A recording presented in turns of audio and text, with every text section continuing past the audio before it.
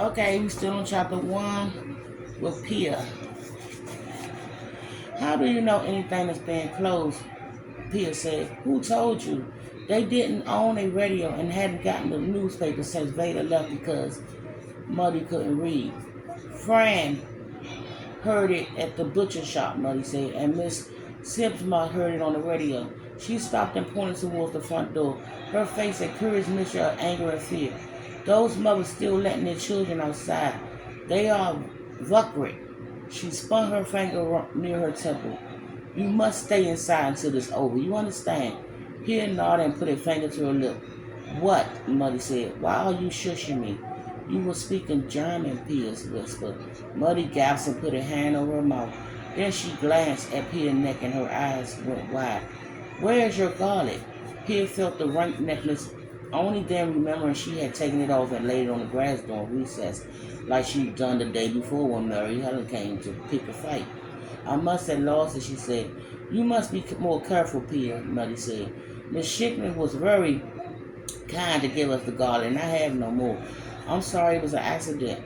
Muddy threw her hands up in desperation, then started down the hall towards the back of the building. Come help with the water biddle, she said, too upset to realize she was speaking German again. The twins will wake up soon. Pia followed her mother down the hall, squinting at her eyes, adjusting to the deepening gloom, except for the front apartments on each floor, which had the only windows in the building. The hallway and the rest of the rooms were shrouded in darkness, even in the middle of the day. She tried not to think about their little shack back in Hazelton, with windows on 3 walls to let in the sunshine and mountain breeze. Thankfully, though her family lived in one of the front apartments with a window in the main room to let in natural light, she couldn't imagine what it was like living in the back and middle of the row houses, where the only light came from candles or lanterns. Not to mention no fresh air to ward off the flu. With that thought, frightening images foamed in her mind of the people in the back apartment sick and dying in the dark, where no one would find them for days. Clenching her drawers, she pushed the gruesome thought away and followed Muddy through the back door and outside into the fenced backyard that housed the water pumps and outhouse.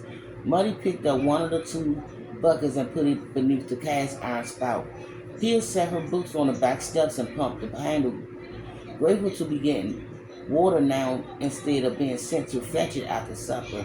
She hated coming down the backyard alone, especially to the outhouse.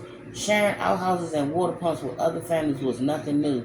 They had done it in the mining village, but the fences and closings of the surrounding buildings made her feel like a pig in a pen, vulnerable to whoever else was in there at the same time, like Miss Nagy, who kept asking questions in Hungarian, then staring at her waiting for an answer as if Pia could speak the language, and especially old Mr. Hill, who rattled the outhouse handle when it was occupied and started pulling down his pants before shutting the door when it was his turn. Sometimes he talked to her until she came out the outhouse, then grinned like they were best friends. He also shook his head and chuckled, making excuses about being old and senile, but she could see the cunning in his eyes. He knew exactly what he was doing. When they finished filling the 2 buckets, Pia picked up her book and helped Muddy carry the water inside.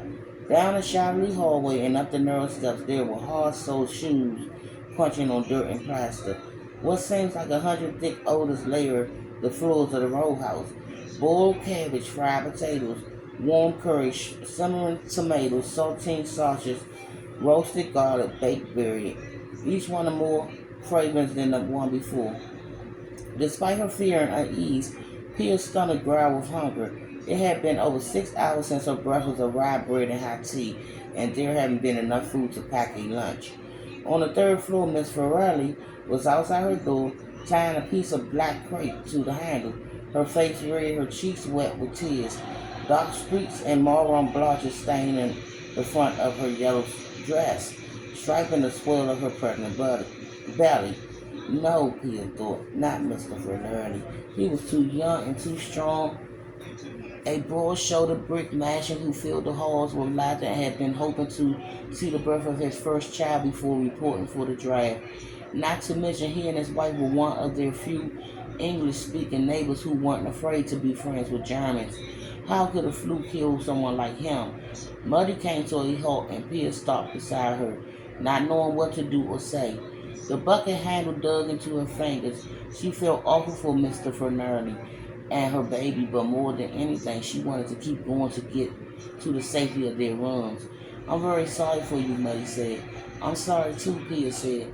Miss Ferrari murmured a quiet thank you. Was it flu? Muddy said.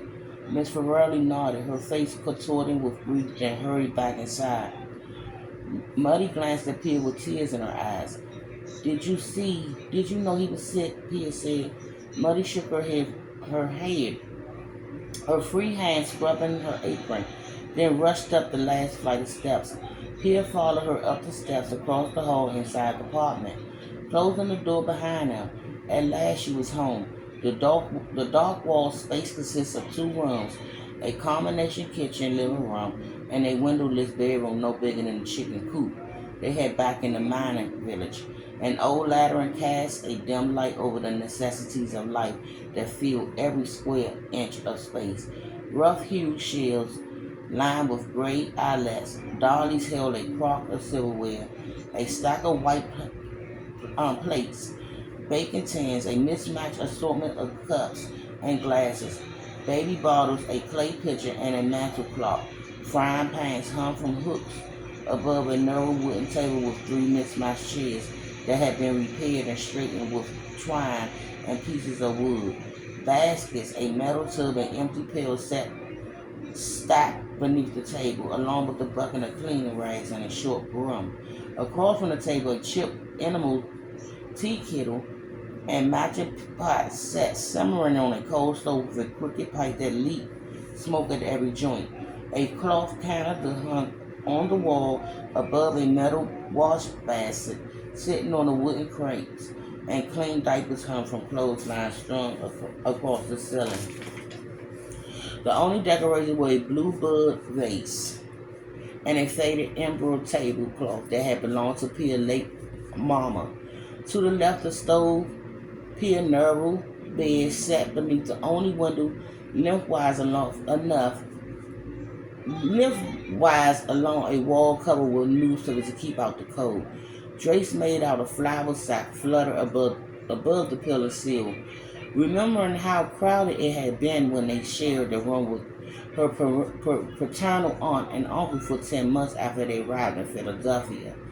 Muddy and Vader on a narrow kitchen bed, Pia sleeping on the floor. She knew how lucky she was to have an entire bed to herself.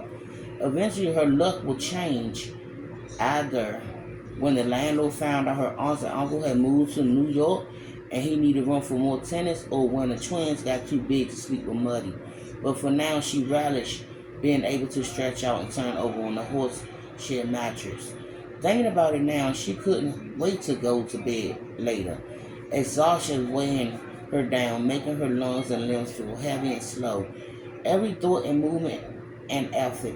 She couldn't wait to eat, then escape into a sleep, so she could stop thinking about the little girl who grabbed her hand during the parade, and Murray, Helen, and Tommy Costa, Mr. Fernelli, and the man in the trolley. She wanted to stop thinking about the trolley man's bloody face and the flu, and the horrible things happening in the city and in this very building. It was too much. Then she remembered Finn's brother and prayed he wasn't sick too. Even though in her heart of hearts she knew the truth. Hopefully Finn would send her a note saying she was wrong if she heard from him at all. After setting her water bucket next to Muddy near the wash bin, Pia put her book on her bed. The familiar aroma of vinegar boiled potatoes and the sharp tang of lye soap wrapping her in an invisible cocoon of home and safety.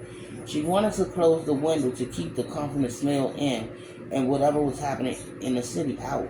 It made no sense, of course. Fresh air was supposed to ward off the flu, but the urge to shut out the disease and feel air everyone else was breathing outweighed any common sense. She knelt on the bed and put her hands on the sash, ready to pull it down. And I'll be back with Pia in a few.